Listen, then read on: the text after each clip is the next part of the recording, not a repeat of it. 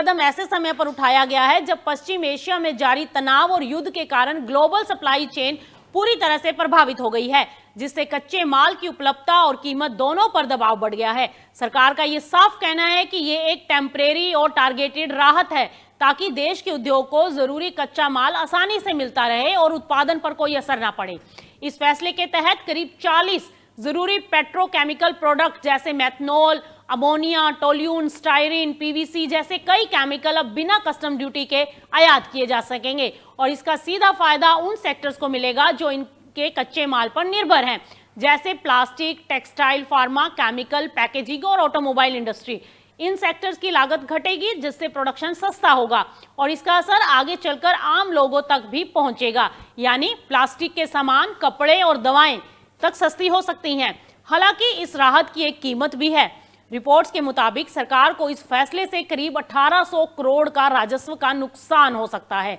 लेकिन सरकार ने यह साफ कह दिया है कि फिलहाल प्राथमिकता इंडस्ट्री को बचाना और सप्लाई को स्थिर रखना है। तो कुल मिलाकर यह फैसला एक तरह से ग्लोबल संकट के बीच भारत की इकोनॉमिक शील्ड बनकर सामने आया है, जहां सरकार ने महंगाई पर लगाम लगाने, इंडस्ट्री को सपोर्ट देने और आम लोगों को राहत पहुंचाने के लिए एक बड़ा दांव खेला है। अब देखना होगा कि इस फैसले का असर बाजार में कितनी जल्दी दिखाई देगा और क्या इससे महंगाई पर वाकई ब्रेक लगेगा।